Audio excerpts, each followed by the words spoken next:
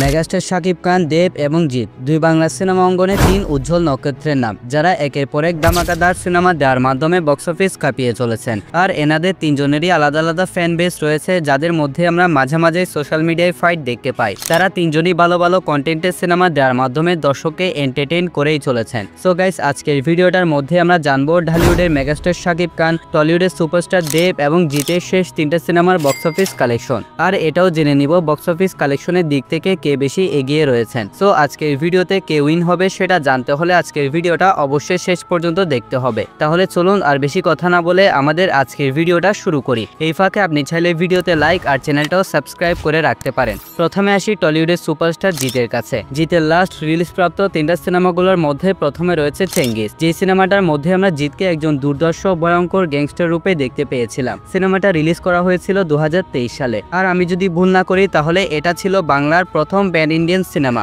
যা বাংলা ভাষার পাশাপাশি হিন্দি ভাষাতেও রিলিজ করা হয়েছিল। আর আপনি জানলে অবাক হবেন, সিনেমাটা বলিউডের ভাইজান মেগাস্টার সালমান খানের কিসি কি ভাই কিসি কি জান সিনেমার সাথে ক্ল্যাশ করেছিল। সিনেমাটা পরিচালনা করেছিল রাজেশ গাঙ্গুলি। দুর্দান্ত কমার্শিয়াল এলিমেন্টসে ভরপুর সিনেমাটা অডিয়েন্স বেশ পছন্দ করেছিল, তাই সিনেমাটা লাইফ টাইমে কালেকশন করে নিয়েছিল 6,25,00,000 টাকা। এরপরের সিনেমাটা হচ্ছে মানুষ। এই সিনেমাটার মধ্যেও আমরা জিতকে প্রধান চরিত্রে দেখতে পেয়েছিলাম। আর সিনেমাটা পরিচালনা করেছিল আমাদের বাংলাদেশের বর্তমান বিখ্যাত পরিচালক সঞ্জয় সামাদ্দার, যিনি রিসেন্ট সময়ে শরীফুল রাজের ইনসাফ সিনেমাটা নির্মাণ করেছেন। সো মানুষ সিনেমাটাও রিলিজ করা হয়েছিল 2023 সালে। নির্মাণের দিক থেকে সিনেমাটা বেশ এঙ্গেজিং ছিল, কিন্তু অডিয়েন্স কেন জানে এই সিনেমাটা একদমই পছন্দ করে নাই। কিন্তু এটা সত্যি যে এই সিনেমার গানগুলো অডিয়েন্স বেশ পছন্দ করেছিল। এই সিনেমাটার মধ্যে আমরা জিতকে দুর্দান্ত অ্যাকশন লুকে দেখতে পেয়েছিলাম এবং সিনেমাটার মধ্যে তামিল তেলুগু লেভেলের অ্যাকশন আমরা দেখতে পেয়েছিলাম। লাইফ টাইমে সিনেমাটা কালেকশন করেছিল মাত্র 1.5 কোটি টাকা। জিতের সর্বশেষ রিলিজপ্রাপ্ত সিনেমাটা হচ্ছে বুমেরাং।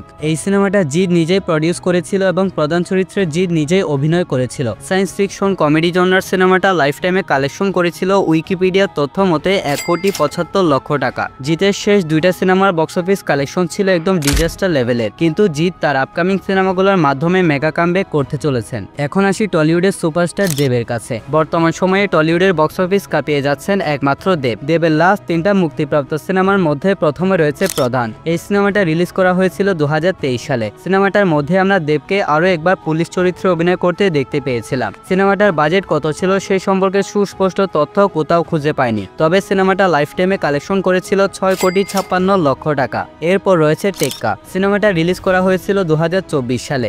এই সিনেমায় আমরা দেবের বিপরীতে দেখতে পেয়েছিলাম দেবের বউ রুক্মিণীকে। থ্রিলার ঘরানার এই সিনেমাটা নির্মাণে ব্যয় করা হয়েছিল 3 কোটি টাকা। আর দুর্দান্ত মেকিং এর কারণে সিনেমাটা অডিয়েন্স বেশ পছন্দ করেছিল। এজ এ রেজাল্ট সিনেমাটা লাইফ টাইমে কালেকশন করেছিল 6,01,00,000 টাকা। নেক্সট রয়েছে খাদান। এটা দেবের সর্বশেষ 2024 সালে মুক্তিপ্রাপ্ত বিগ বাজেট বিগ ক্যানভাসের অ্যাকশন কমার্শিয়াল সিনেমা। সিনেমাটার মধ্যে আমরা দেবকে ডাবল ক্যারেক্টারে দেখতে পেয়েছিলাম। আর সিনেমাটায় ভিলেন চরিত্রে অভিনয় করেছে জনপ্রিয় ভিলেন যিশু সেনগুপ্ত। 2024 সালে মুক্তিপ্রাপ্ত সিনেমাটার মধ্যে দেবের বিপরীতে অভিনয় করেছিল ইদিকা পাল। দুর্দান্ত অ্যাকশন ঘরানার এই সিনেমার বাজেট ছিল 6 কোটি রুপি। আর সিনেমাটা লাইফ টাইমে কালেকশন করে নিয়েছিল 25 কোটি রুপি। এরই সাথে টলিউডের ইতিহাসের সর্বোচ্চ আয়কারী সিনেমা হয়ে যায় খাদান।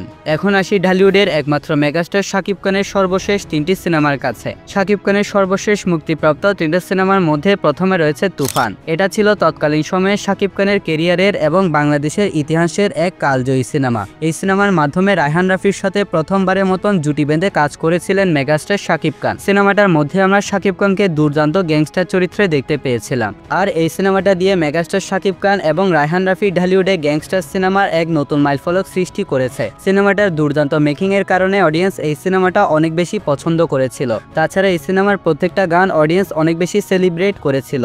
এজ এ রেজাল্ট সিনেমাটা লাইফ টাইমে কালেকশন করেছিল 56 কোটি টাকার বিশাল অ্যামাউন্ট।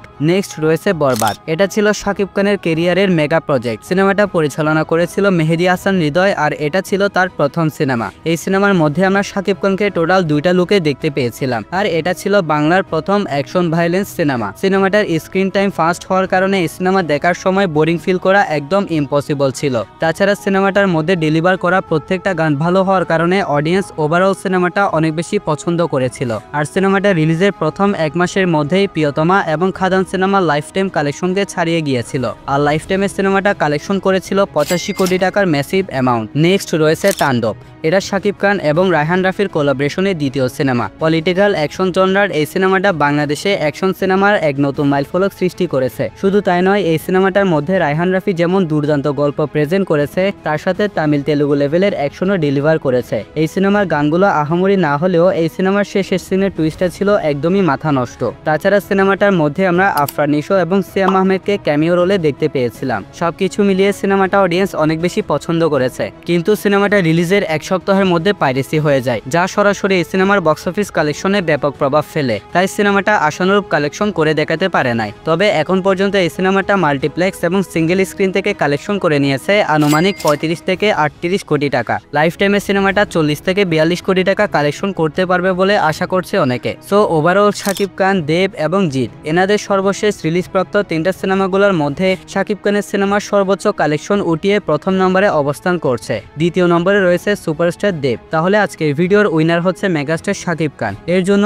আমার এবং আপনাদের পক্ষ থেকে মেগাস্টার শাকিব খানের জন্য বুক ভরা ভালোবাসা এবং দোয়া থাকলো। আর আমার জন্য আপনি চাইলে ভিডিওতে লাইক আর চ্যানেলটাও সাবস্ক্রাইব করে রাখতে পারেন।